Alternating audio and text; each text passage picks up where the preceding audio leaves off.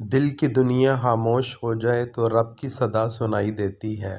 دعا وہ نہیں جو زبان کہہ دے، دعا وہ ہے جو دل رو کر کہے۔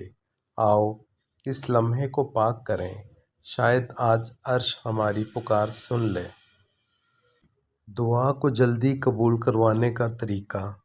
حضرت عبداللہ بن مسعود رضی اللہ تعالیٰ عنہ فرماتے ہیں کہ جب تم میں سے کوئی دعا مانگے تو اسے چاہیے دعا کی ابتدا میں اللہ رب العزت کی شایان شان حمد و ثنا بیان کرے، جیسے کہ یا اللہ تو سب سے بڑا ہے، سوائے تیرے کوئی معبود نہیں، تمام تعریفیں آپ ہی کے لیے ہیں، اے اللہ مجھ پر رحم فرما، میرے گناہوں کو بخش دے۔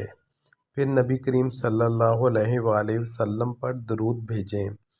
اللہم صلی علی محمد وعلی آل محمد کما صلیت علی ابراہیم وعلی آل ابراہیم انک حمید مجید۔ اللہم بارک علی محمد وعلی آل محمد کما بارکت علی ابراہیم وعلی آل ابراہیم انک حمید مجید۔ درود کے گفٹ میں اگر پیک کر کے دعا بھیجیں گے تو اللہ خوش ہوتا ہے، جس طرح اگر ہم کسی کو تحفہ پیک کر کے دیتے ہیں تو انہیں اچھا لگتا ہے، اور پھر جو دعا مانگنی ہے وہ مانگیں، کیونکہ اس ترتیب سے وہ اپنی مراد جلد پا لے گا، یعنی اس کی دعا جلدی قبول ہوگی۔